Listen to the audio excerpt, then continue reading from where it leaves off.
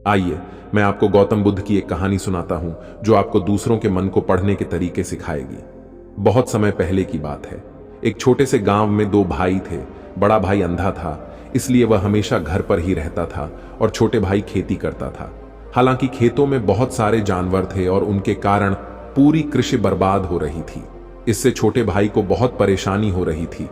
फिर एक दिन उसे ख्याल आया कि वह अपने अंधे बड़े भाई की मदद क्यों नहीं लेता, ताकि वह खेतों से जानवरों को भगा सके। क्योंकि उसका बड़ा भाई अंधा था, वह खेत में बैठकर जानवरों की आवाज सुनते ही उन्हें डरा सकता था। इस तरीके से हमारी कृषि बच सकती थी। ये सब कुछ सोचने के बाद उसने अपने खेत में एक छोटा सा झोपड़ा बनाया और अपने अंधे भाई को उसमें रखा। उसने उससे कहा, भाई, अगर तुम किसी जानवर की आवाज सुनो तो जोर से चिल्लाओ और जानवर यहां से भाग जाएंगे। इससे हमारी फसलें बच जाएंगी। बड़ा भाई अपने छोटे भाई के विचार से सहमत हो गया और खेत में बैठने लगा। जब कभी उसे किसी जानवर की आवाज सुनाई पड़ती, वह तुरंत जोर से चिल्लाने लगता और जानवरों को डराकर भगा देता। वे कई दिनों तक यह अभ्यास जारी रखते हैं। एक दिन एक हिरण उनके खेत में दौड़ रहा था और खेत को तोड़कर भाग गया। हालांकि एक राजा भी वहां था जो हिरण का पीछा कर रहा था। राजा का ध्यान अंधे पर गया और उनसे पूछा, क्या तुमने यहां एक हिरण देखा है? जवाब में अंधे ने कहा, मैं अंधा हूं, मैं कैसे हिरण देख सकता हूं? पर मैं तुम्हें इतना बता सकता हूं कि मेरी खेत से जो जानवर भाग गया है वह आपके पीछा करने लायक नहीं है। आप अपना समय बर्बाद कर रहे हैं। उस अंधे के शब्दों से राजा चौंका हुआ था। उसे आश्चर्य हुआ कि अंधा यह कैसे कह सकता है कि जो हिरण मैं ढूंढ रहा हूं वह पीछा करने लायक नहीं है। तब राजा ने अंधे से कहा, क्या तुम मुझसे झूठ नहीं बोल रहे? एक ओर तुम कहते हो कि तुम अंधे हो और दूसरी ओर तुम यह दावा करते हो कि वह जानवर जो यहां से भाग गया है मेरे पीछे पड़ने के लायक नहीं है। फिर अंधे ने कहा, राजा, वह प्राणी जिसे तुम हिरण समझ रहे हो वह वास्तव में हिरण नहीं है। वह एक मादा हिरण है और मेरे ज्ञान के अनुसार वह गर्भवती है। मैंने कभी सुना नहीं है कि कोई राजा एक गर्भवती मादा हिरण का शिकार करता है।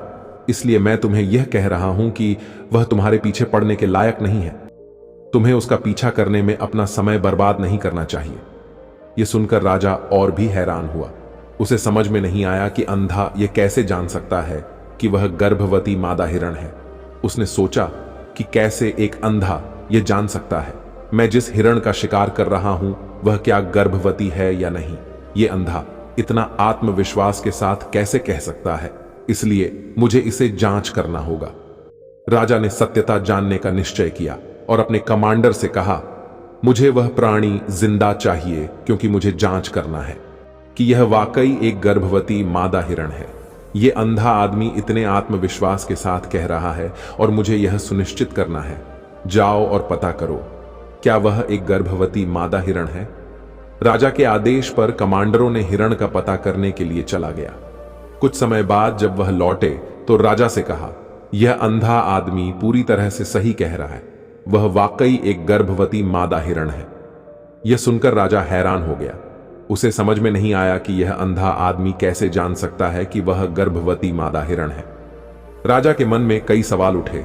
आखिर राजा ने इस पर पूरी तरह से समझौता करने का निश्चय किया और अंधे से कहा, सुनो, मुझे यह नहीं पता कि तुम सचमुच अंधे हो या नहीं, लेकिन मैं तुमसे एक सवाल पूछने आया हूं। क्या तुम मेरे सवाल का सही जवाब दोगे? जवाब में अंधे ने कहा, राजा, आप मुझसे जो भी पूछना चाहेंगे मैं आपको सच्चाई से जवाब दूंगा।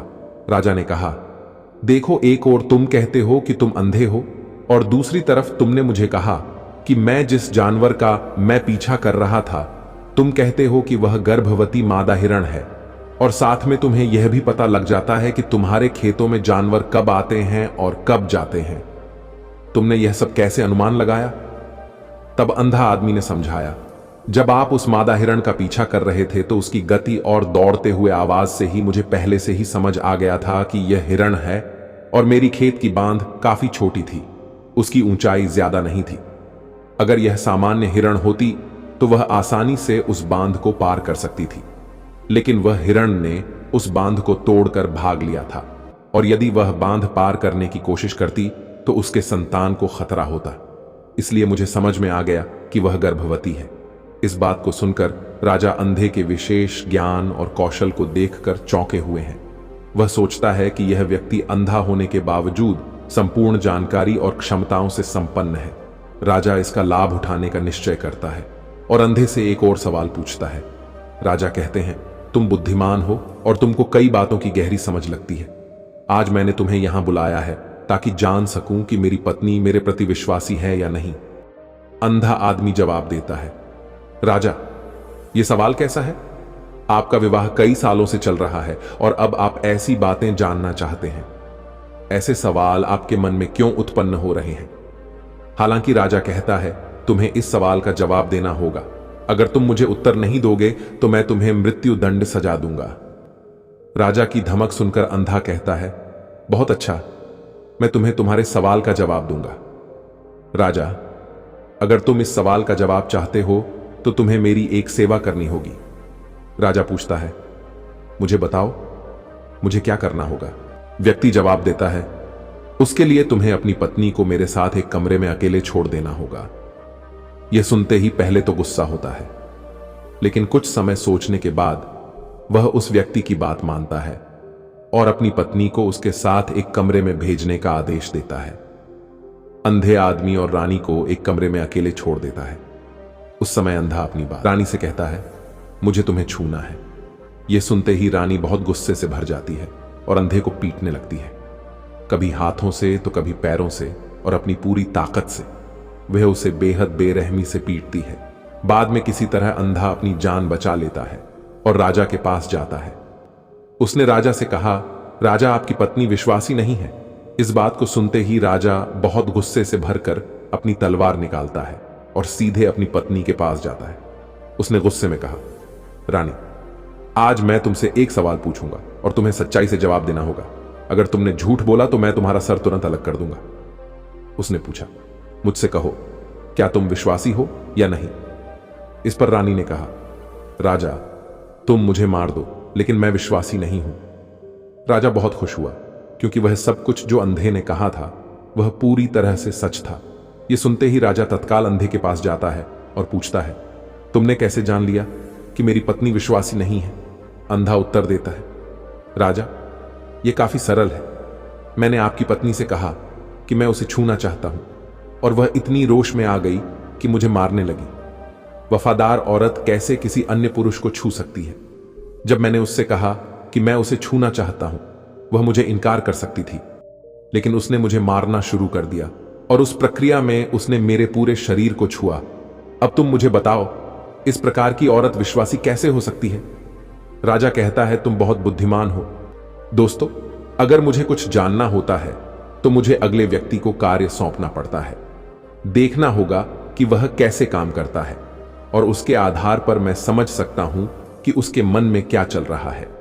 यह सुनते हुए राजा पूछता है, क्या इसका मतलब है कि मैं भी किसी के विचारों को जान सकता हूं?